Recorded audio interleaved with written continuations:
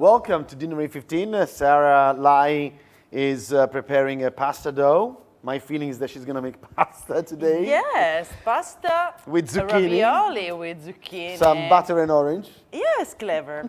You see? But today, can you keep this straight? Because otherwise Stefano's going to be upset. It's true. You know, like you're meant to make pasta, but keep everything like in order because we are in Dinner in 15. In 15 minutes, we'll learn how to make pasta, how to cook, how to taste wine, how to match food and wine. And today, it's going to be smashing because we have a Rosso di Montalcino. And believe me when I say that this is an awesome wine, one of the most outstanding value for money wine in Italy. You ready to listen a little bit of that? In the world. As a result in the world. See you in a few minutes.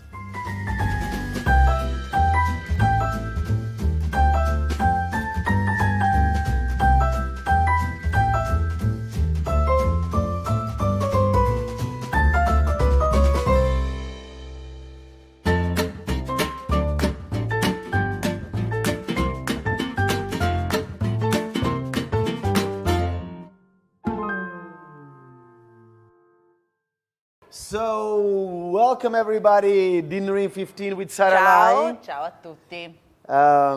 Today, This is Filippo Bartolotta. you know, like as if they didn't know. We have like thousands of people following us. Thank you, my amici nostri. Thank you. Thank you very much. Yes, this is Filippo Bartolotta. Delighted to be here today with Sara, as always beautiful, to prepare dinner in 15 minutes. Mixing and matching a great wine with some great food. Sometimes it's simple, sometimes it's complicated. Everything is one sequence here, by the way, guys. So if we make a mistake, it's gonna be a mistake. We do not cut, we do not paste. Let's get going. Sara, stai preparando a pasta dough? Yes, I have already done a pasta dough because in 15 minutes is a very short time, but you will find this recipe on our website. If you have half an hour, you can do even the dough. So Okay. it's quick. It's not a long thing. We will do ravioli filled with zucchini and seasoned with orange butter. Very simple, very delicate taste. So I am kneading the dough and I'm about to prepare the filling with some grated zucchini and the butter. Molto bene. So this sounds like, look at the ingredients, guys. Italian cuisine, easy peasy, lemon squeezy. Very simple, few ingredients, and there you are. Same is with wine, you know how, wine is the result of fermentation of grapes into alcohol. The sugars is transformed by the yeast in September. Yeast are gonna eat the sugars, and in 2 weeks, bomb. Alcohol and CO2. This equation was found out actually in the 18th century. Until then, people believed that there was a little spirit, a little spiritello. I still remember my professor in biology. She was going, "C'è uno spiritello, si chiama il phlogisto." That was her voice. Sì, The vero, phlogisto was basically responsible for changing, when you had, fire, for instance, or any chemical reaction. It was phlogisto making it happen, believe it or not. So basically it's like, oh, there is this magic person, magic thing that is gonna transform things. And to be honest, it's fair enough. You imagine you have grapes, you have some fruit, and all of a sudden you have a delicious drink that is gonna make your senses going super happy, your mind going a little bit lighter, your synapses connect much more easily. All of a sudden, it's easier to communicate with people. That is why I'm in this business, because wine is the greatest human glue. In the meanwhile, it's philosophy. We were born with this 8,000 years ago. 8,000 years ago, we started to make wine. In the meanwhile, I wonder if back then there was somebody in the kitchen grating some zucchini into in a pot. Was there some oil? No, some Butter. You didn't pay attention because Sorry. I've already said it. So there was a butter. There is butter. Unsalted butter, like tablespoon and 2 zucchini, but you will find the recipe for 4 person. All right then. Allora, Just la a bottiglia quick va toast. davanti. It's true, you know, guys. Like this is a bottle of a Rosso di Montalcino. So while Sarah goes for this beautiful, man, it looks like it's ready. Very simple. No, it is ready because I chose to Sorry, guys, wait a grated minute. it very thin. Sorry, and that is done. No, I'm sorry. No, I'm sorry. Okay, so Rosso di Montalcino, you see this label with Consorzio del Vino Rosso di Montalcino. Consorzio del Vino Brunello di Montalcino, and this is a Rosso. What is the difference? What is the difference? Brunello di Montalcino is the wine that basically made Montalcino famous all over the world. We're talking about 1888. There's a mess going on here. 1888. And Brunello di Montalcino all of a sudden is born. A new star that became famous in the 70s and 80s. And Rosso di Montalcino is, some people call it like the little brother, but I think is, sto guardando al telefonino. Because I'm sorry guys. Let's start all over again, shall we? I mentioned that this is a one sequence, so I'm not gonna start. I was talking to my friend Gabriele here that was doing another live for our social media. If you haven't followed us, please do that now and subscribe our YouTube channel where you will find so many of these beautiful recipes and a lot of stuff about wine. Brunello di Montalcino. So we are in this beautiful countryside. We are in an incredible countryside. It's like a little island. You have the Crete Senesi. You have the Monte Amiata, 1,700 meters above the sea level. You have the sea 30 miles south. And then you have Montalcino, 600 meters, hilltop village, beautiful hamlet where you can stroll around and it's so romantic. And then you can have a Rosso. What is the difference, I was gonna say before, between Rosso and Brunello? Brunello has to age for 5 years in the cellar before it's released in the market. 6 years for the Riserva.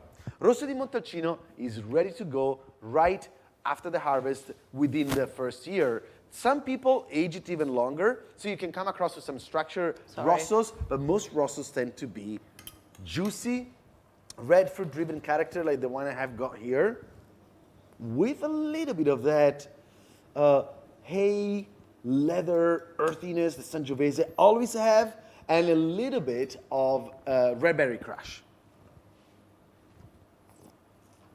I love it because it's intense, it's very intense, and yet easy. There is acidity, there is good tannic structure, so tannins are antioxidants. You know, if you go for a cup of tea, you put your tea bag in your cup, then you go for a shower, and you forget your tea bag there. Mm-hmm. You get off the shower, you're about to go for your tea, you go and drink a tea, and you go like, all of a sudden you go like that. Those are tannins. Okay, when people talk about very tonic or not enough tannins, that they are talking about this texture that is feeling like a little bit of astringency. In this case, there isn't much of it. The wine is very smooth, round, with some good gripping acidity. This dish is very light. Zucchini are very light. I feel almost as if these were a dish for white wines. Okay? Yeah. So let's see if today is gonna work. But if it's not gonna work, what we can do, we can play with our recipe. Careful if you're next to a chef that is not as sweet as Sarah. She looks sweet, but she's not that sweet. True. No, she's a good girl. You want to be careful about how you just approach your chef about asking, for instance, listen, you know, I tried it with the wine, and actually, I need a little bit more structure in your dish. Can you add up this or that? They're gonna look at you, get a knife, they won't point the knife at you, and just they're gonna let you know. I have a sausage. Can we use the sausage? Can we use pork? I've surprised you. Of course we can use pork. Okay, vediamo prima però. Let's first see if this dish works, because if we made a mistake, if things don't work, that's exactly when we learn new things. You know, even if I've been doing this for decades, actually 21 years today, professionally, because of course I've been eating since the beginning of my time, and drinking wine as of the age of maybe 16, I started to drink a bit. My nonno used to be making wine. So when we were kids, here in Italy, we used to dip our finger into the wine while it was fermenting, so no alcohol. And as you were growing, you were giving a little bit more, till you get to a point when you are given a wine, fully made wine. You decided to make pasta by hand? Yes, I love to make pasta by hand. With a rolling pin? Because it is relaxing me. And Yeah, I then can see that. I'm doing some exercise. Viviana is telling me I have 5 minutes, but I will surprise you guys. Like always. So very often we say here at Dinner in 15 how Sarah and I love doing this, and apparently you guys seem to be loving what we do, so that makes it even better. But it's true that what we do is something that we do it because we believe in this kind of stuff. Matching food and wine is something that works if you get your tasting buds in action. That's what I always say. There are some rules behind it, but rules are there to be broken. Yes. Above all, when it comes to your own tasting buds. Do not let anyone come and tell you, I'm not going to give you Brunello di Montalcino with your chocolate. This is what happened to me once. Believe it or not, I was finishing my superiori, my college, right? I was celebrating with my friends. I go to in this place, and people go like, I want a bottle of Brunello di Montalcino. But in the meanwhile, all of my friends were getting some chocolate something. The lady there said like, I'm not going to give you a bottle of Brunello. No, how dare she? Like, I went like this. Look, I went like, are you talking to me? Are you talking to me?